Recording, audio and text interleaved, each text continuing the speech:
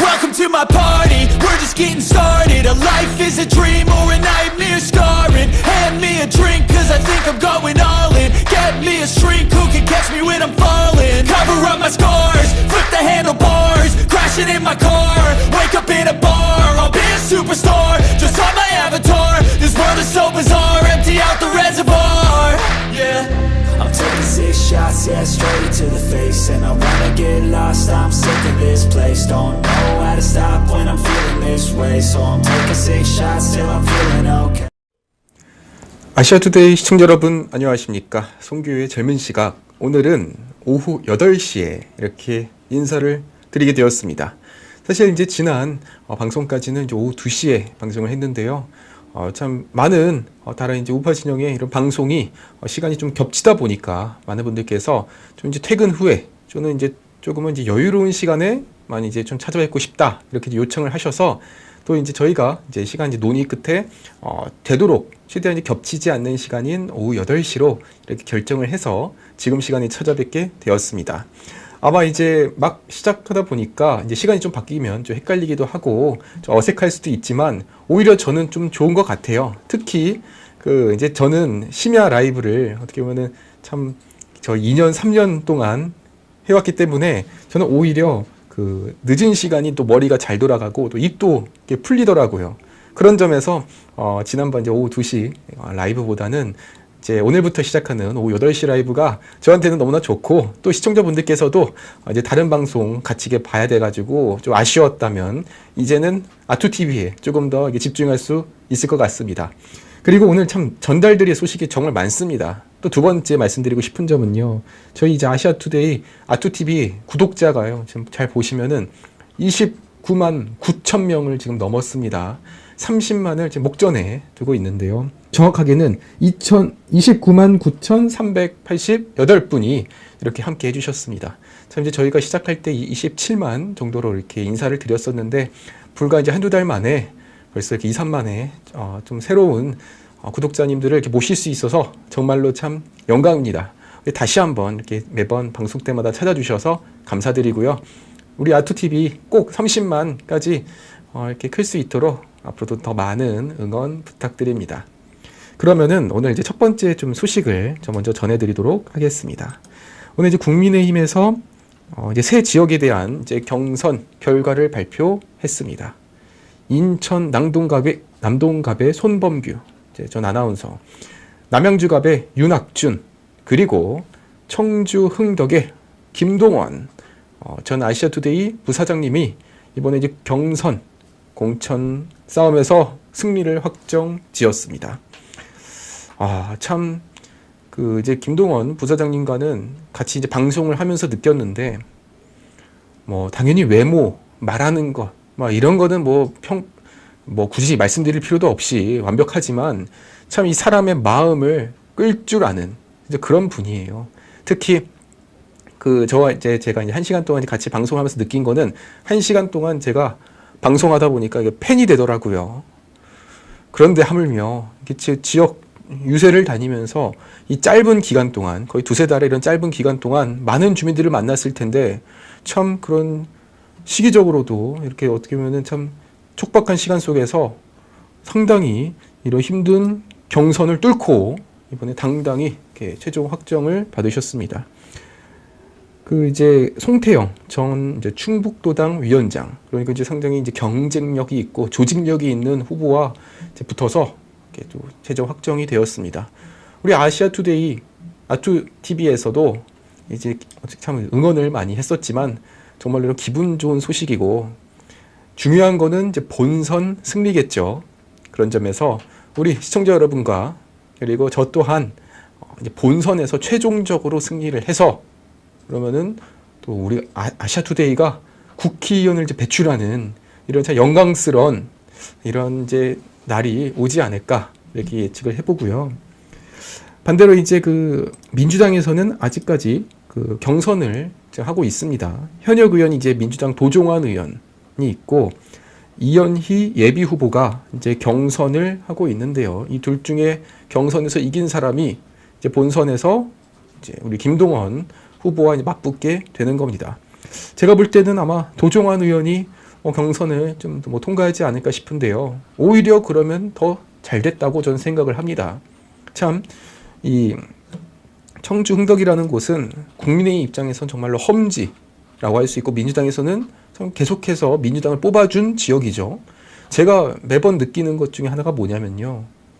국민의힘을 이제 뽑아주는 지역들이 지금 보면은 상당히 재개발, 재건축이 잘 돼 있고, 이 살기 좋다 이렇게 느끼는데, 민주당에서 12년, 16년 동안 민주당이 몰아준 그런 지역들을 보면요, 확실하게 이게 비교가 된다는 거예요.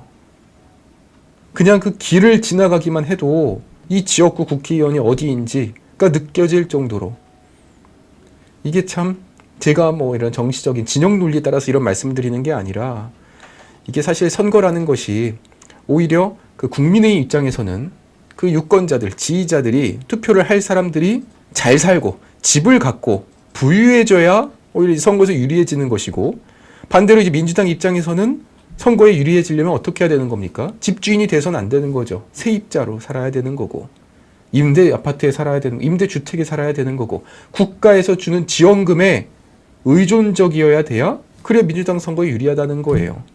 그러다 보니까 저는 단순히 이런 진영 논리를 떠나가지고 오히려 이 우파 진영에서 이런 국회의원이 많이 배출되어야 되는 이유 중에 하나는 저는 경제적인 이유라고 보고, 그것은 어떻게 보면 선거 공학적인 관점에서 볼 때 우파에서는 국민들이 잘 먹고 잘 살아야 그래야 이제 정권 재창출을 할 수 있는 이러한 길로 이어질 수 있기 때문에, 그런 점에서 저는 이 청주 흥덕이라고 하는 상당히 어떻게 보면 국민의 입장에서는 이런 험지라고 할 수 있는 지역에서 그 아시아투데이 김동원 부사장님이 이곳에서 이제 배지를 달고 국회를 입성을 한다면, 저는 이러한 지역에 지금까지 어떻게 보면 크게 변화가 없었던 그 지역에 일종의 이런 재건축, 재개발 열풍이 불고 이제 분위기가 확실히 다르지 않을까 싶고요.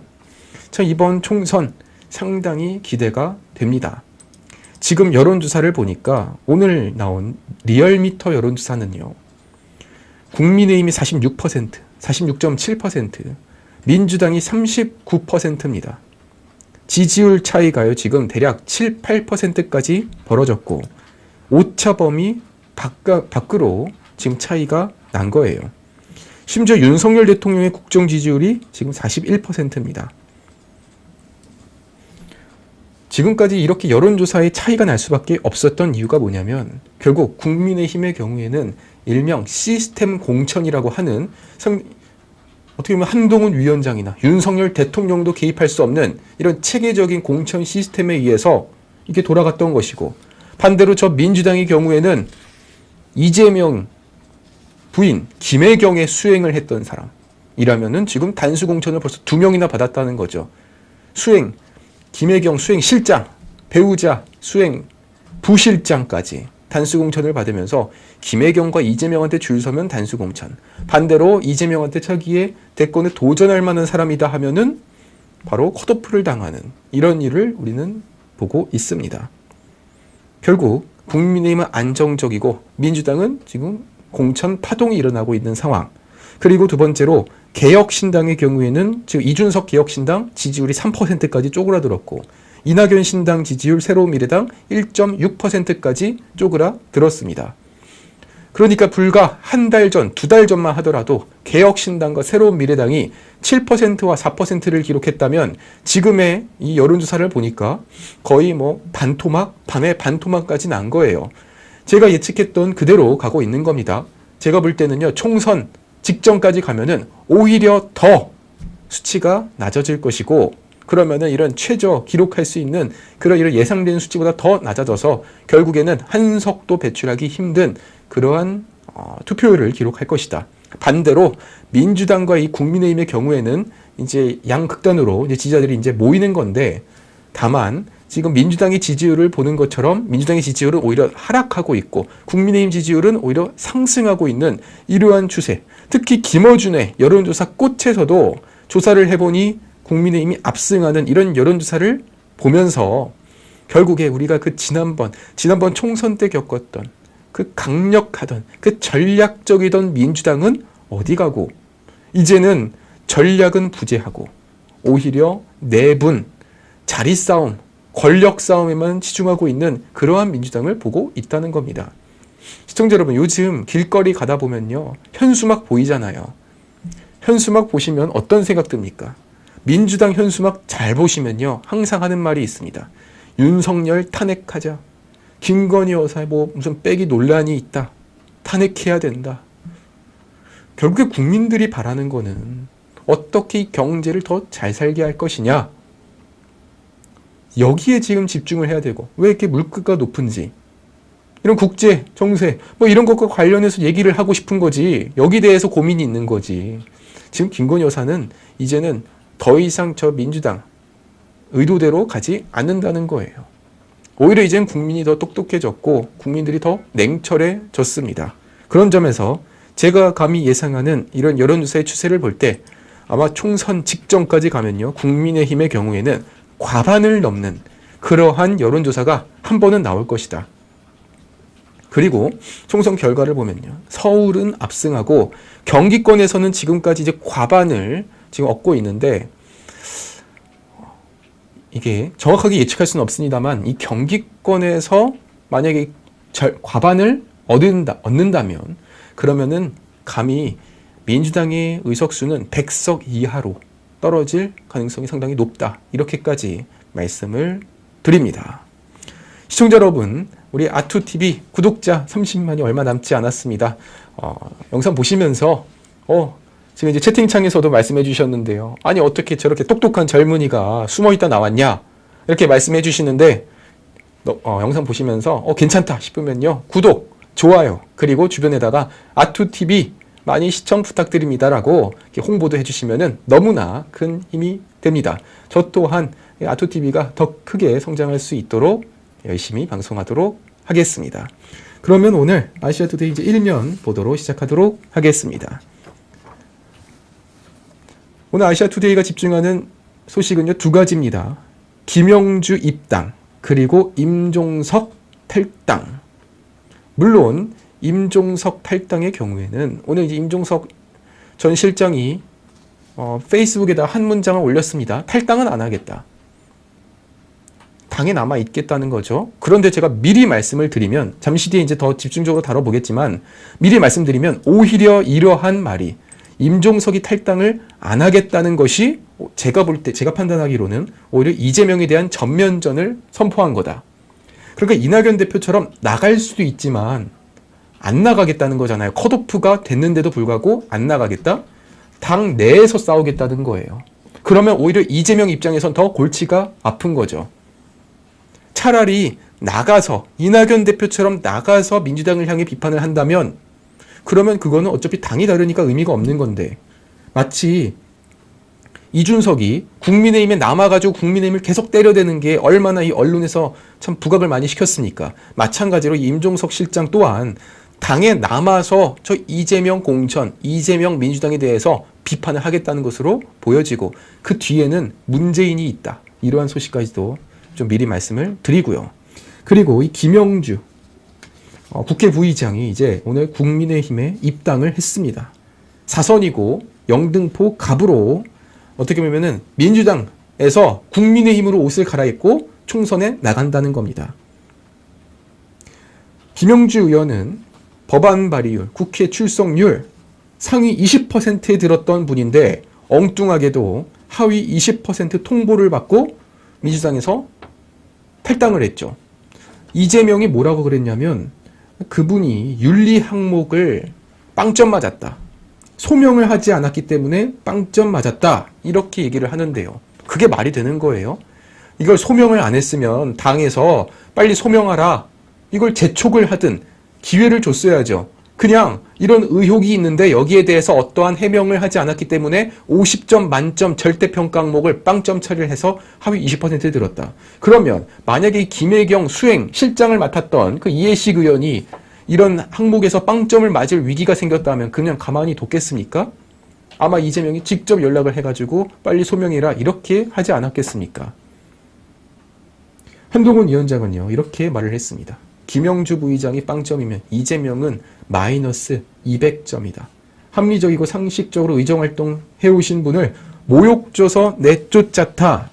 이렇게 말을 했고 오늘 그 좀 충격적인 소식이 하나 나왔는데요. 이 김영주 의원과 관련해서 전국 택시 노조연맹, 일명 택시노련이라는 곳에서 민주당에서 탈당하여 국민의힘으로 입당한 김영주 의원에 대한 지지를 선언했고 그 회원수가 무려 40만 명이라고 합니다. 그러니까 이 김영주 의원이 누구예요? 그 노동자, 노동환경, 노동운동가 아니었습니까?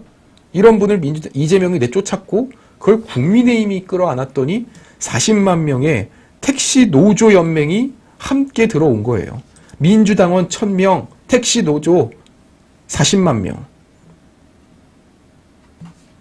결국 이 노동계의 뿌리를 내리고 열린우리당 국회의원, 민주통합당 사무총장, 환경노동위 위원장, 문재인 정권 초대 고용노동부 장관, 국회 부의장까지 한 사실상 이 대한민국의 노동자의 대표격이라 할 수 있는 김영주 의원을 한동훈 위원장은요, 정말 뭐 이런 좀 위험한 표현이지만 손도 안 대고 코를 푼 이러한 방법으로서 김영주 의원을 그대로 가져와서 국민의힘 후보로 내보냈습니다.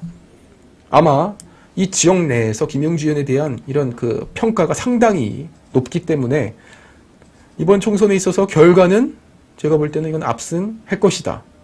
만에 하나 이 김영주 의원이 민주당에서 내보내는 후보를 이긴다면 결국에 그로 인한 결과가 뭐냐면 이재명 표 민주당의 공천은 사천 공천이었고 엉터리 공천이었다라는 것을 보여줄 수 있는 하나의 이 지역구 증거가 되는 겁니다. 그런 점에서 이번 이 김영주 의원의 국민의힘 입당 말 그대로 이재명 입장에서는 지금 상당한 충격을 먹었을 것이고 배신감을 느낄 것이고 민주당 지지자들은 지금 그렇게 막 악플을 쓰고 있다고 하지만 어쩌겠습니까?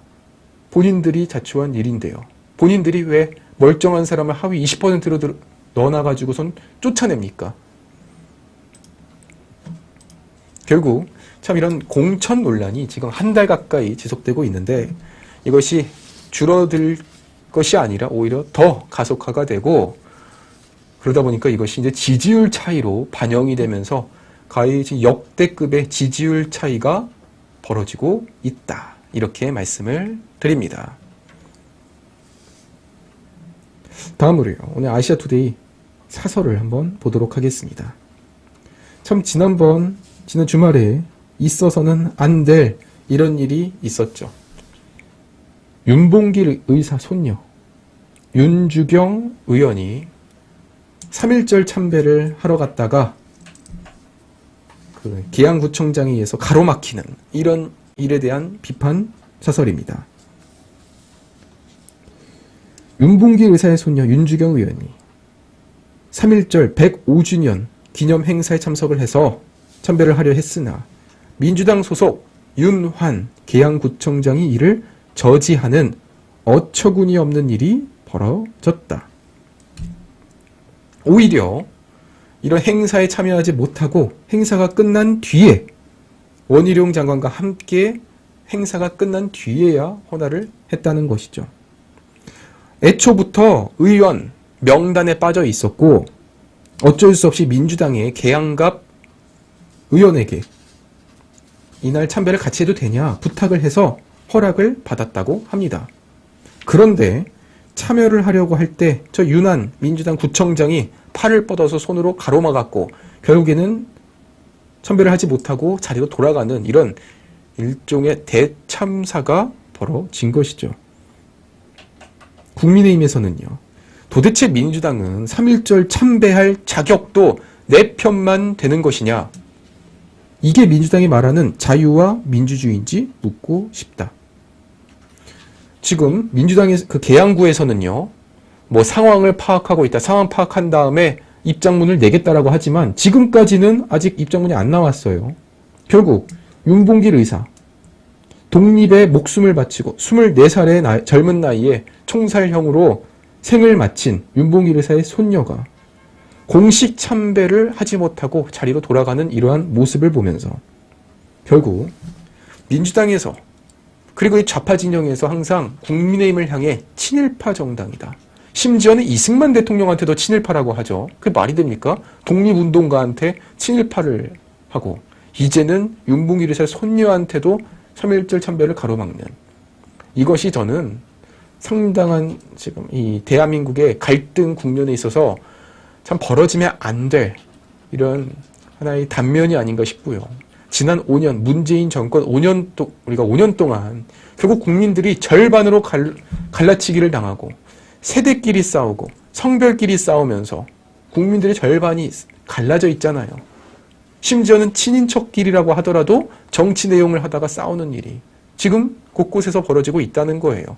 그만큼 이 대한민국 정치권이 극성 지지자들로 인해서 지금 온몸에 이런 병폐를 앓고 있고, 결국 그러한 모습의 결과로서 이러한 일어나서는 안 될 일이 벌어지고 있습니다.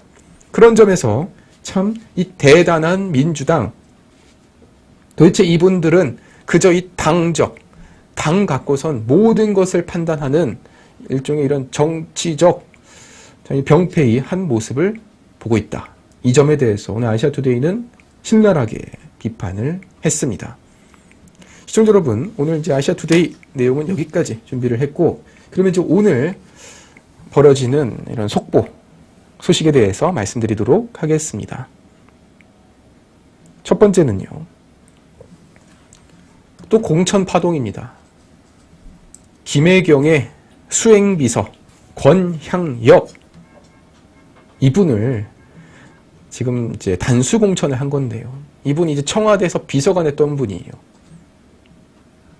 당 내부에서도 반발이 있었고, 심지어 개딸들도 이거는 이해가 안 간다, 문제가 있다는 의견이 나왔고, 심지어 작년 말에 벌어진 여론조사 결과 그 지역의 국회의원이 40%고 이 김혜경 수행비서가 14%예요. 그러니까 경선 붙이면 무조건 떨어지는 거죠.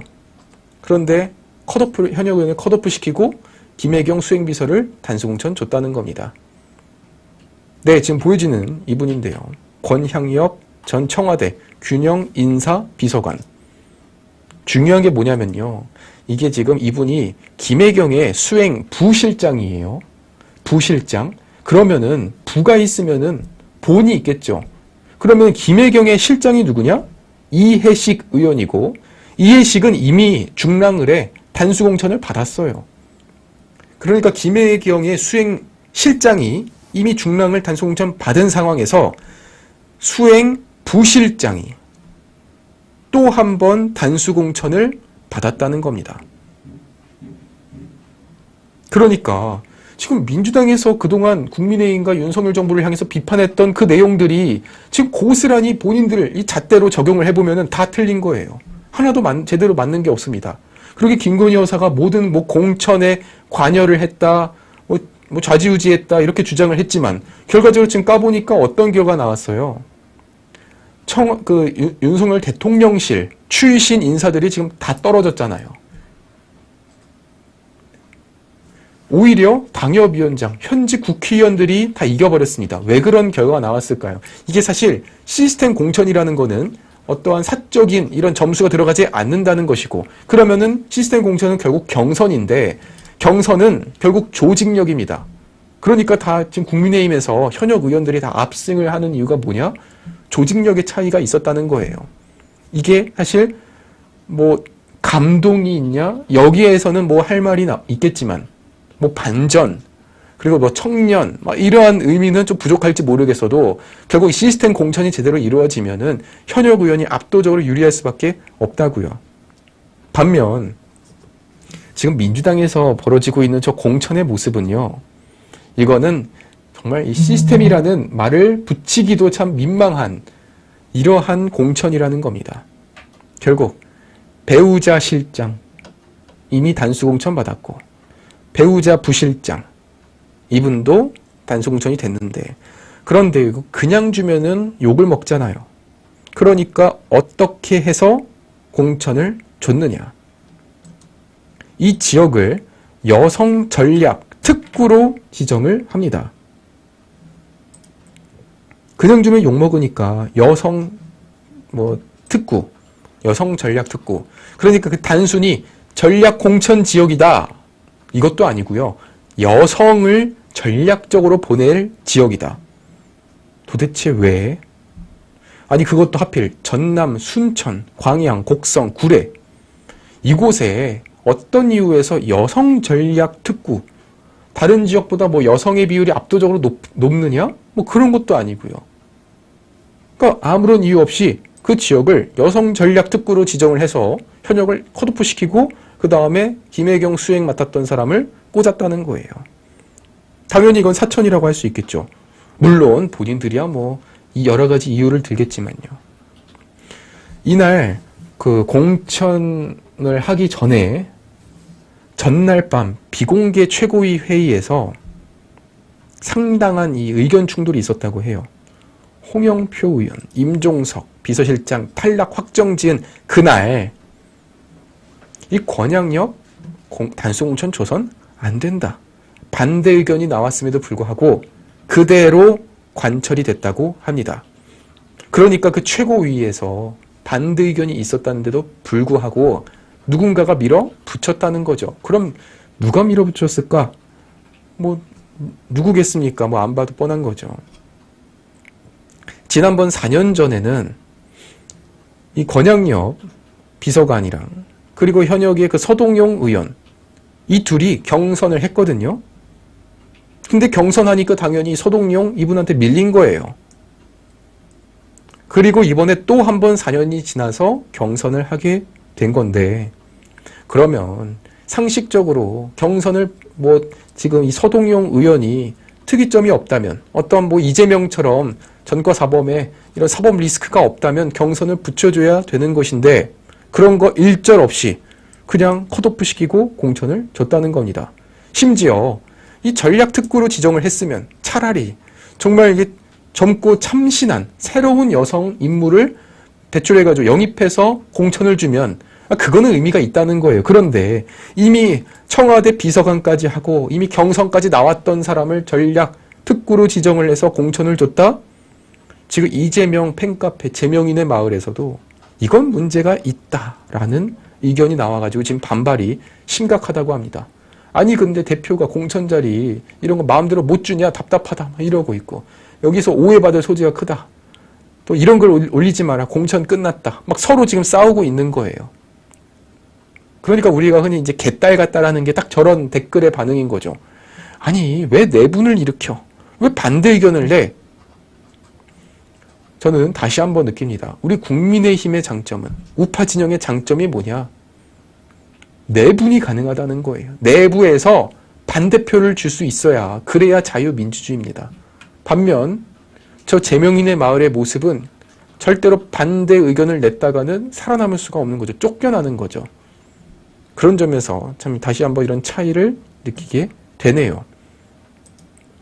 결국 그 민주당에서는 김건희 여사를 향해서 뭐 도이치 특검법 갖고선 거의 뭐 반년 가까이의 시간을 끌었고 그리고 서울의 소리가 터뜨린 그런 정치 공작, 명품백 논란, 그리고 그 이전에 녹취록 이렇게 여러 가지를 준비했지만 이게 너무 길게 끌었고 너무 무의미한 이런 정치 공작이었음이 드러났습니다. 차라리 조금은 더 시간을 짧게 하고 더 파격적으로 해가지고 총선 직전에 흔들었으면 모를까. 반년, 1년 동안 계속해서 선거 때만 되면은 김건희 여사만 공격을 했잖아요. 물고 늘어졌잖아요. 그거는 민주당이 갖고 있는 하나의 이런 여성 혐오에 기반한 김건희 여사 죽이기에 나선 것이죠. 반대로 오히려 김건희 여사가 지금 뭐 기소가 됐습니까? 오히려 김혜경이 기소가 됐고 지금 선거법 위반으로 이젠 재판을 받게 되었고 그리고 김혜경의 공범 배소연의 유죄가 확정되었고 그리고 그 김혜경의 법카 2천만 원 과일을 산 그러한 김혜경 법카 사건은 현재 수사 중입니다. 결국 본인들의 이런 약점을 덮기 위해서 오히려 이 김건희 여사를 향해서 계속해서 이러한 악의적인 정치 공작을 벌이지 않았을까? 그리고 김건희 여사 특검이 언제 쏙 들어갔느냐? 바로 김정숙 특검, 김정숙 그 인도 타지말 이게 이제 공론화가 되니까 갑자기 쏙 들어가 버렸잖아요. 그러니까 본인들이 약점을 덮기 위해서 상대를 공격하는 이런 얕은 수를 쓰다가 정말 꺼내지도 않았으면 좋을 이러한 상황이 되어 버렸습니다. 다음으로요. 이번에는 유시민 그리고 유시민 누나 유시춘 얘기를 한번 해보도록 하겠습니다. 일단 유시민 얘기부터 한번 해볼게요. 지금 이재명이 지금 선대위원장 이 자리를 두고선 지금 여러 사람한테 지금 트라이를 하고 있거든요. 일단 첫 번째로 손 내민 게 김부겸, 정세균입니다. 그러니까 문재인 정부 때 그 국무총리 김부겸과 정세균에게 선대위원장직을 제안하면서 좀 도와달라라고 손을 내밀었는데 다 거절당했습니다. 이거 진짜 웃긴 거 아니에요? 아니 적어도 이런 문재인 때 국무총리들한테 손을 내밀려고 했으면 적어도 문재인의 이런 요구를 들어주고서 그 다음에 손을 내밀어야 되지. 임종석은 컷오프 시켜놓고 또 저 사람들한테는 도와달라 하고 있으니 당연히 이 두 전직 총리는 거절을 합니다. 그리고 이재명은 이제 여기서 거절당하니까 이젠 당의 원로들을 찾아 나서면서 선대위원장 드릴게요. 좀 맡아주세요. 라고 권유를 했는데 지금까지 긍정적인 답변을 내놓은 사람이 없다고 합니다. 이런 상황 속에서 나온 사람이 바로 유시민입니다. 그러니까 지금 이재명식 공천에 대해서 비판을 한 이 총리들 다 공개 비판하고 거절을 했고, 그리고 이게 왜 그럴까요? 민주당이 선거 이길 것 같았으면은 받아줬겠죠. 그런데 질 것 같으니까 책임지는 자리잖아요. 욕먹는 자리잖아요. 다 거절을 하는 상황 속에서 결국 이해찬, 김부겸, 정세균 선대위원장 체제가 다 실패로 돌아가고 있는 상황. 심지어 이해찬마저도 이해찬 전 대표가 지난번 총선 때 민주당을 압승시킨 사람 아니에요. 이분이 처음에는 긍정적으로 하겠다라고 하지만 최근에 그 임종석 컷오프로 인해서 확 입장이 바뀌었다고 합니다. 그러니까 지금 다 안 된다 해서 마지막으로 언급되는 사람이 바로 유시민. 그 매불쇼라는 유튜브에 나와가지고선 열심히 공격하고 있는 유시민, 이분이 지금 마지막 남은 이재명의 선대위원장 카드로 거론되고 있습니다. 제가 보니까 이건 갈 때까지 갔다. 네.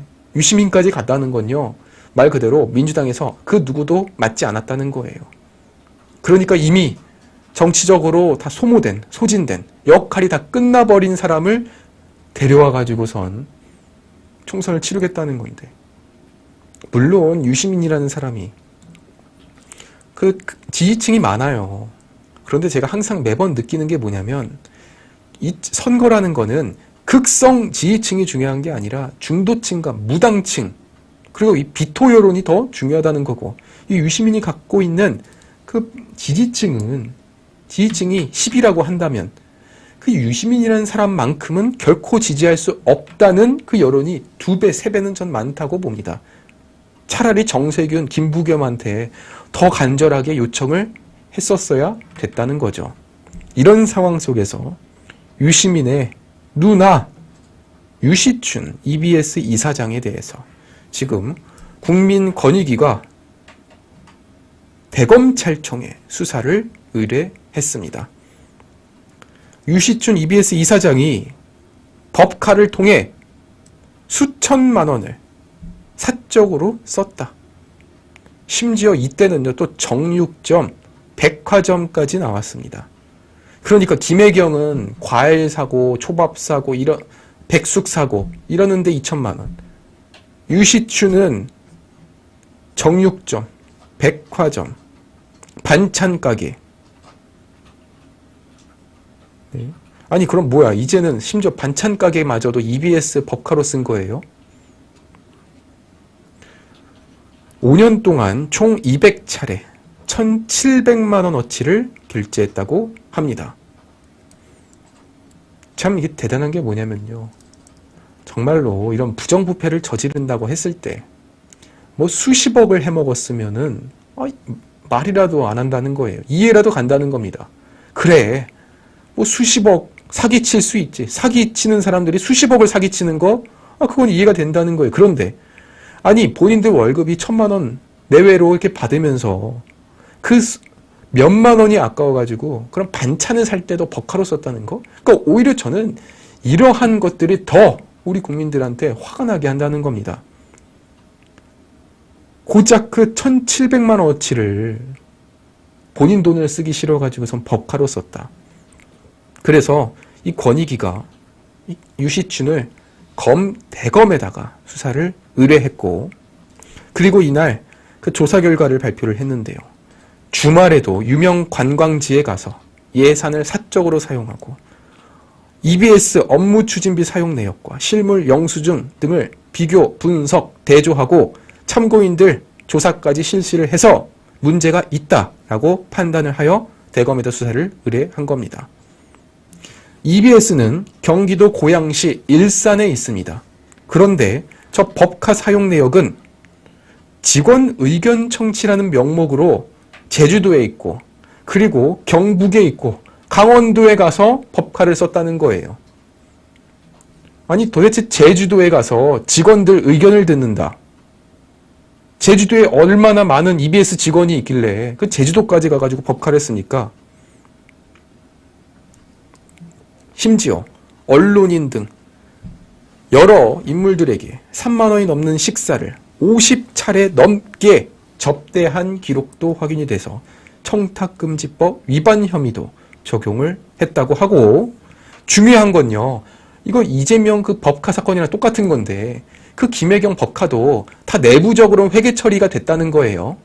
결과적으로 그 과일가게 사장이 경기도청까지 가서 직접 결제를 받기도 하고 사용 이런 내역을 다 이렇게 조작을 했을 거 아닙니까? 마찬가지로 이날 권익위에서 본 것도 식사 상대방을 허위로 기재했을 이 가능성을 지금 집중적으로 따져봤다고 합니다. 그래서 명백하게 적발된 금액이 수천만 원이라는 것이고, 그 외에 이건 약간 수상하지만 그렇다고 해서 이걸 갖고선 바로 문제 제기할 수 없는 그런 이 건수까지 합치면요, 이건 제가 볼 때는 거의 이건 뭐 1,700, 2천만 원이 아니라 전 그 이상이라고 봅니다. 그러니까 명백하게 권익위가 보고선 문제가 있다라고 따진 게 1,700이고 그 외에는 뭐 훨씬 더 많다는 거죠. 실제로 저 유시민의 누나 유시춘은요, 문재인 정부 때인 2018년 EBS 이사장으로 선임이 돼서 올해 9월까지 임기를 갖습니다. 유시민은 노무현재단 이사장이죠. 그러니까 문재인 정부에서 유시민한테 자리를 주는 게 아니라 그 누나에 대해서 자리를 줬다는 거예요. 그리고 5년 동안 이 법카로 7,200만 원을 사용했는데 그 가운데 500만 원은 주말에 썼고 강원도 양양, 강릉, 평창, 제주도 이런 곳에 가가지고선 직원 의견 수렴하러 갔다. 이 양양, 강릉 대표적인 어떻게 보면 대한민국의 이런 휴양도시, 관광도시인데요. 이런 관광도시에 가가지고 직원의 의견을 들으러 갔다? 과연 어떤 의견을 들으러 갔는지 상당히 궁금해지네요. 결과적으로 지금 이재명이 손을 내민 유시민, 이 유시민을 선대위원장으로 앉히는 그날 이 유시민의 누나 법카 사건은 또 한 번 언론에 등장을 하여 모든 뉴스를 뒤덮을 것이고, 그렇게 된다면 말 그대로 민주당 선거는 진짜 이건 초토화가 되는 상황까지 오는 겁니다. 전 다시 한번 이 김부겸, 정세균 이 두 분이 확실히 이재명보다 정무적 판단이 뛰어나다라는 걸 느낍니다. 그러니까 이거 딱 사이즈를 봤을 때, 돌아가는 상황을 봤을 때 이거 안 되겠다는 거예요. 이거 민주당 선거 진다는 겁니다. 그러니까 발을 빼는 거죠. 반대로 지금 유시민은 나름대로 긍정적인 이런 지금 방향으로 나오고 있다고 하는데 그게 이제 정무적 판단의 차이겠죠. 그래서 만에 하나 유시민이 이거 받는지 안 받는지를 우리가 한번 지켜보지만, 만약에 받게 된다면 이번 총선을 통해서 이재명과 유시민 이 두 사람을 동시에 날릴 수 있는 아주 중요한 선거가 될 것이다. 그렇게 생각이 됩니다. 그런 점에서 지금 이제 민주당 상황을 한번 말씀을 드리도록 할게요. 오늘 상당히 중요한 뉴스들이 많습니다. 컷오프가 확정된 홍영표, 친문계 좌장 홍영표 의원이 오늘 문재인을 예방합니다. 이번 주 내로 거취를 결정하겠다라고 밝혔고 아직까지는 안 나갔는데 문재인을 만나러 갔다는 거예요. 그래서 이번 주 내, 오늘 내일 사이로 결론을 내겠다. 그러면 이제 문재인이 어떠한 방향을 정해주겠죠? 그것에 따라서 이제 홍영표는 내린다는 건데, 그럼 우리가 이제 결과를 한번 예측해 볼 수 있는 사건이 누구냐? 임종석인 거죠. 임종석은 오늘 당의 결정을 존중한다면서 민주당에 남기로 했습니다. 아니, 컷오프되고 새로운 미래 이낙연 대표 만나면서 탈당하기로 했는데 갑자기 잔류로 바뀌었다는 거예요. 이게 무슨 말이냐? 임종석이 오히려 이재명과의 전면전을 선포했다는 겁니다. 그러니까 원래는 임종석이 새로운 미래당으로 가가지고 공천을 받아서 선거에 나가겠다가 원래 1차적인 계획이었는데 이걸 바꿔서 이번 총선을 포기하고 대신 민주당에 남아서 민주당 총선이 폭망을 하면 8월달 전당대회 때 당권을 잡겠다는 게 지금 임종석의 생각이라는 겁니다. 그러니까 지난 주말 동안 새로운 미래에 합류하겠다, 무소속으로 출마하겠다, 여러 가지 분석이 나왔지만 결국에 당에 남겠다. 이것은 바로 민주당 내에서 이재명과 직접 맞붙겠다는 것. 그리고 이 뒤에 배경에는 누가 있을 것이냐? 문재인이 있지 않겠느냐? 결국 이 임종석의 행보 또한 그 뒤에 문재인이 있었을 것이다. 이러한 분석도 나오고 있습니다. 경남 양산 평산마을에 있는 문재인, 임종석을 향해 당에 남아서 후위를 도모하라고 만류했을 거라는 관측이 나옵니다. 어저께요, 광주에 내려갔었죠. 그때 광기정 광주시장을 만납니다. 광기정이 누구예요? 문재인 정부 정무수석이고, 정무수석이 뭐예요? 대통령과 당을 이어주는 자리 아닙니까? 정치적 판단을 하는 자리인 광기정 시장을 만났죠. 그러면 그 광기정은 문재인의 이런 메시지를 전달을 해줬을 것이고, 그럼 문재인의 메시지에 따라서 했다면 결국 문재인의 생각은 뭐라고요? 당에 남아서 후위를 도모하라. 마찬가지로 홍영표 의원은 또 문재인을 이제 예방을 하는 건데, 그런데 그렇다고 해서 홍영표 의원도 당에 남아있을 거란 보장은 없습니다. 왜냐? 문재인이 임종석한테는 A라는 방향을 지시하고 홍영표한테는 B라는 길을 지시하면서 일종의 투트랙으로 갈 수 있는 거예요. 그러니까 이 문재인이 마찬가지로 임종석처럼 홍영표 의원한테도 당에 남아라 라고 할 수도 있지만, 반대로 임종석은 남아서 후위를 도모하고 홍영표 너는 나가서 이낙연과 합쳐라, 아니면 나가서 무소속으로 출마한 다음에 새로운 미래당과 연합을 꾸려라, 뭐 이러한 여러 가지 가능성이 제기가 되는 건데, 일단 제가 여러 가지 가능성을 말씀드리지만 그 기본적인 전제는 뭐냐면요, 결국 지금 민주당 내에서의 힘의 구도와 이런 세가 이재명에서 다시 문재인으로 좀 돌아오고 있다는 거예요. 심지어 지금 민주당의 이런 여론조사가 지금 박살이 나고 있고, 이 문재인 입장에서는요, 지금 그 문재인의 전 사위가 지금 이제 수사를 받고 있지 않습니까? 그러니까 이번 총선이 문재인은 결코 그냥 남 얘기처럼 볼 수 있는 선거가 아니에요. 이번 총선에서 만약에 민주당이 100석 이하를 얻게 되면은 아마 문재인도 감옥에 갈 겁니다. 문재인 전 사위, 그리고 이상직에 대해서 그 중진구 이사장을 준 것이 일종의 공천에 대한 대가, 뭐 이런 것 아니냐. 이런 수만 가지 이런 의혹으로 지금 수사를 받아야 될 문재인. 어떻게 하면 지금 본인이 계속해서 이런 정치적인 힘을 유지를 할 것이냐.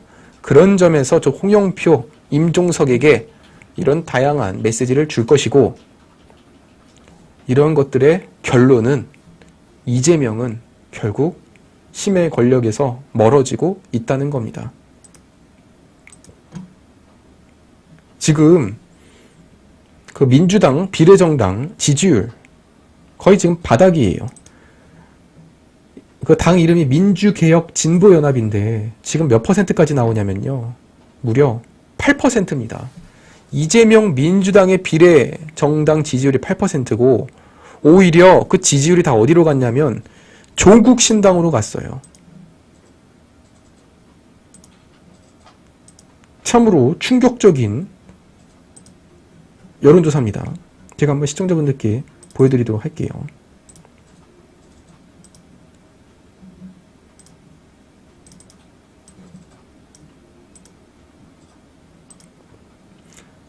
국민의 미래, 그러니까 이거 한동훈 위원장이 사실상 국민의힘과 같은 당이라고 말한 국민의 미래당, 애초에 당 대표마저도 국민의힘 당직자로 임명을 했었죠. 34%. 왼쪽에 민주개혁진보연합, 여기가 그 이재명 비례정당입니다. 8%. 그러니까 지금 이거 계산해보면요, 이거 한 4-5석? 그거밖에 못 나오는 거예요. 국민의힘은 어차피 지금 손해볼 거 없어요. 어차피 이런 준연동형제에서 위성정당을 만들었기 때문에 의석수 손해를 보지 않지만, 이재명 민주당 비례정당이 5석으로 쫄아들고, 반대로 조국신당 지지율이 지금 22%까지 나왔죠. 김어준 방송이 조국신당을 밀어요. 이재명 민주당을 미는 게 아니라. 그러면 이게 또 무슨 일이 생기냐면요. 저 민주개혁진보연합에 진보당 소속의 이런 멤버 4명을 꽂아주고 3명을 추천받았고, 그리고 뭐 시민단체 대표격들 넣어주고, 그래서 지금 이렇게 명단을 1번부터 20번, 30번까지 꾸리는 거예요. 그런데 저 지지율이 8%라는 게 이제 한 뭐 5명 정도 나온다고 하면은 진보당 1명 나올까 말까? 민주당 출신 2-3명? 그리고 뭐 시민단체 1명? 이런 꼴로 나와버리면요. 이 진보당이나 그 연합한 다른 세력들이 이재명 민주당을 손절할 가능성도 있다는 겁니다. 우리가 왜 굳이 이곳에 나와가지고 손해를 봐야 돼? 그러다 보면 이게 힘의 구도가 조국 쪽으로 밀려버릴 수가 있어요. 그래서 만에 하나 이게 교차 투표를 통해서 지역구는 이재명의 민주당, 그리고 비례는 저 조국신당으로 가버리면 결국 민주당의 의석수는 지역구가 100석, 비례가 한 5석 해서 한 105석 정도. 국민의힘이 과반 이상, 그리고 조국신당이 10몇 석을 가져가 버리는 이러한 구도가 형성이 되면은, 그러면 이거 국민의힘 입장에서는 국민의힘은 아무런 타격이 없지만 반대로 민주당에서 극성 지지자들이 양갈래로 갈라쳐져 있는, 그러면서 그때부터는 또 조국신당과 저 이재명 당이 또 갈등하고 내분 싸움이 일어나고, 그리고 지금 새로운 미래당, 개혁신당도 있잖아요. 다 야권입니다.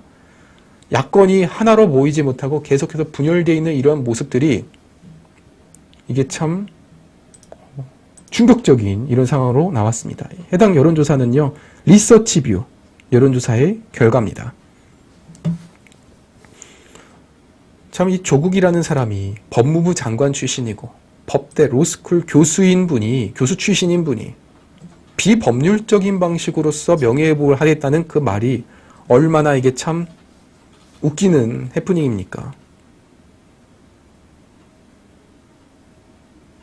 결과적으로 임종석 잔류하고, 그리고 저 이제 민주연합, 민주당 탈당 인사들이 이낙연 신당으로 간다? 이런 얘기가 나오다가 이게 또 차질이 생기고, 그러니까 지금 친문, 그리고 친명, 비명, 지금 막 구도가요, 너무 복잡해져 버렸어요. 또 설훈 의원은 무소속으로 나온 다음에 민주연합을 꾸려가지고 그래서 새로운 미래당과 연합을 하겠다.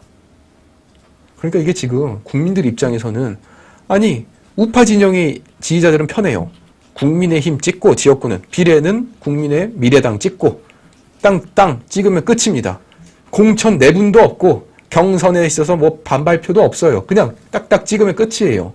그냥 민생, 경제, 정책만 외치면 되는 겁니다. 반대로 민주당의 경우에는 지금 머리가 터질 지경이죠. 지금 뭐 일주일에 한 번씩 시청자 여러분들을 뵈지만 이렇게 한 번씩 뵐 때마다 민주당은 당이 바뀌어 있고 뭐 구도가 쪼개져 있고 멤버가 들어왔다 나갔다 바뀌고 있지 않습니까? 참 이런 상황 속에서 송영길도 지금 또 등장을 했는데, 송영길은 이제 그 정치 검찰 해체당을 또 창당한다고 선포를 하면서 재판부에다가 하나의 부탁을 했다고 합니다. 제가 창당을 하니까 구속 말고 불구속 재판받게 해주십시오. 이거 참 너무하지 않습니까? 그러니까 이 송영길이라는 사람이 지금 창당하는 이유가 뭐냐? 이분은 실제로 의석수를 배출한다기보다 구속된 걸 불구속으로 바꿔달라. 왜냐? 본인이 창당을 해야 된다. 그럼 이게 원래 정상적인 상황이라면 지금 재판을 받고 있으니까 창당을 못 해야 되는 건데, 이 송영길이라는 분은 좀 역발상이에요. 제가 비록 구속되어 있지만 창당을 해서 정치를 해야 되니 재판장님, 저 불구속으로 좀 바꿔주세요 라고 요청을 했다고 합니다. 그러면서 왜 검찰은 김건희 주가 조작 사건은 수사 안 하고 왜 저의 돈 봉투 사건만 집중적으로 공격하느냐? 그러면서 영화 글래디에이터의 등장인물 막시무스를 가져오면서 왜 등 뒤로 칼을 꽂아놓고 나보고 싸우자고 하냐? 이건 비겁한 행위다. 그러면서 재판장님께 호소드립니다. 저의 정치 활동을 위해서 불구속 재판을 부탁드립니다. 송영길은 이날 녹색의 수의를 입은 채 피고인석에 앉아서 지금 재판을 받고 있다고 합니다. 참 아쉽습니다. 이 녹색 수의를 입은 송영길의 사진이 나오진 않았는데, 이 재판장에서는 이 송영길의 부탁을 들어줄 리는 만무하다. 이게 말이 됩니까? 그러니까 이재명은 단식한다고 재판 못 나온다. 송영길은 당 만든다고 못 나온다. 불구속으로 해달라. 이 사법부가 참 예전 김명수 사법부라면은 충분히 그 인권 공부하신 판사님들에 의해서 이런 요구를 들어줬을지 모르겠지만, 지금의 사법부는 이젠 대법원장이 바뀌었다. 김명수도 지금 이제 아마 조만간 기소가 될 사람이기 때문에 그런 요구는 받아들이기 어렵다는 점을 말씀을 드립니다. 마지막으로 이제 방송 마치기 전 마지막 칼럼을 하나 소개를 해드립니다. 경향신문 양건모 칼럼. 제목은요, 누가 정권 심판론을 잠재우나입니다.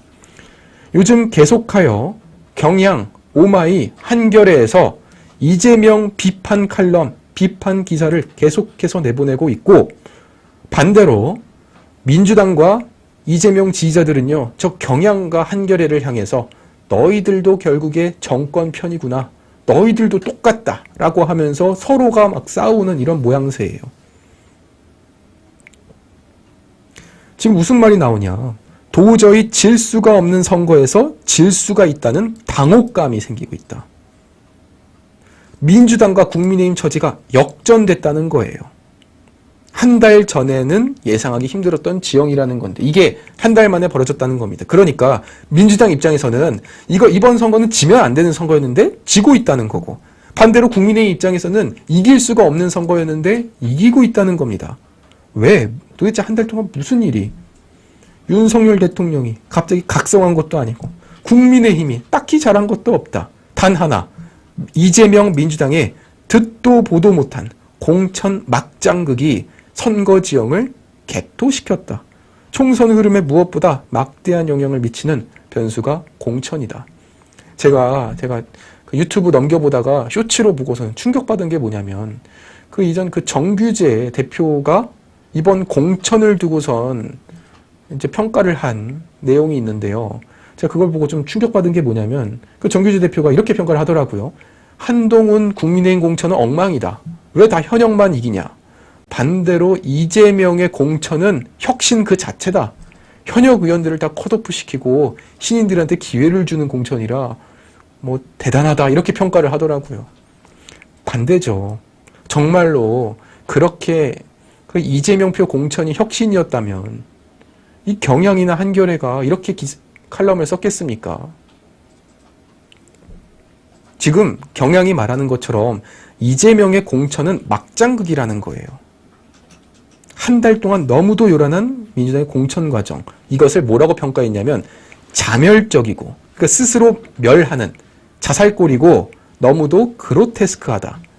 시스템 공천을 내세웠으나 실상은 친명 횡재, 비명 횡사라는 살벌한 조어가 맞춤이다. 친명은 살고 비명은 가차없이 쳐냈고 특히 이재명의 잠재적 경쟁자는 예외도 없이 쳐냈다는 겁니다. 친명에는 한없이 관대했고 반대로 비명에는 한없이 가혹했다. 그러니까 임종석은 컷오프하고 추미애는 전략공천, 김영준은 뭐 반박문을 안 냈으니까 빵점 주고 다른 사람은 뭐 전과가 있어도 공천을 주는, 홍영표는 경선 기회조차 주지 않고 이현주는 경선, 전략 경선에 놓는, 그건 도대체 무슨 원칙이냐. 그리고 또 박지원, 정동영 이분들은 또 경선 기회를 보장해줬죠. 정치 신인들이 기회를 얻은 게 아니라 올드보이들만 다 경선 기회를 가진 거예요. 물론 지금 국민의힘의 경선 과정에서도 불만을 갖는 분들도 있고 너무나 아쉽게 떨어진 분들도 있고 몇몇의 경우에는 조금 아쉬운 점도 분명히 있다고 생각을 해요. 대표적으로 현역에 대한 뭐 이런 물갈이는 상당히 지금 없다고 평가할 수 있겠고, 쇄신 강도에 있어서도 약하다고 볼 수 있겠죠. 오히려 연령이 높아지는. 그렇지만 이게 결국 시스템 공천이라는 거예요. 누가 더 그 지역을 오래 이끌었고 누가 더 많은 조직력과 지지를 받아왔느냐, 그것이 시스템 공천이라면. 반면 그러니까 국민의힘 공천은 감동이 없는 건데, 반대로 민주당의 공천은 즉 감동의 얘기는 꺼낼 필요도 없고 자멸, 그로테스크, 괴기한 공천이다. 결국 국민의힘이 뭘 그렇게 크게 잘해서 라기보다는 그냥 민주당 공천 파동의 반사 이익에서 나오는 이 결과다. 이렇게 이 경향신문이 비판을 하고 있습니다. 우리 지석규 대표님께서도 찾아주셨네요. 감사합니다. 내일은 화요일은 이제 지석규 센슈 TV에 지석규 대표님께서 오후 8시에 방송을 하니까 꼭 좀 시청 부탁드리겠습니다. 오늘 방송은 제가 여기까지 준비를 했고요. 그리고 또 채팅창에서 시간 바꾸길 너무 잘했다. 8시에 아투TV 보고 9시에 TV조선 보러 가야지 라고 이렇게 적어주신 이런 분도 계시고, 그리고 또 이렇게 새로 지난 이제 오후 2시에 방송에서 못 뵀던 분들이 또 많이 참여를 해주신 것 같습니다. 이제 오후 8시 매주 월요일부터 금요일까지 진행되는 우리 아투TV 일종의 이제 시즌2처럼 새로 시작하려고 합니다. 구독자 30만까지 이렇게 많이 키워주셔서 감사드리고, 또 내일부터 시작되는 이런 또 센슈TV 많이 참석을 해주시기 바랍니다. 우리 지금까지 시청해주신 시청자 여러분, 우리 전우님, 파피엔유님, 라이서님, 운사님, 경화님 참 감사드립니다. 오늘 방송은 여기까지 준비를 했습니다. 또 다음 주 월요일 종교의 젊은 시각 오후 8시에 뵙도록 하겠습니다. 우리 경혜님 너무나 이렇게 관리해 주셔서 감사드립니다. 이것으로 마치겠습니다. 시청해 주셔서 감사드립니다. Welcome to my party, we're just getting started. A life is a dream or a nightmare scarring. Hand me a drink cause I think I'm going all in. Get me a shrink who can catch me when I'm falling. Cover up my scars, flip the handlebars. Crashing in my car, wake up in a bar. I'll be a superstar, just on my avatar. This world is so bizarre, empty out the reservoir. Yeah, I'm taking 6 shots, yeah, straight to the face. And I wanna get lost, I'm sick of this place. Don't know how to stop when I'm feeling this way. So I'm taking 6 shots till I'm feeling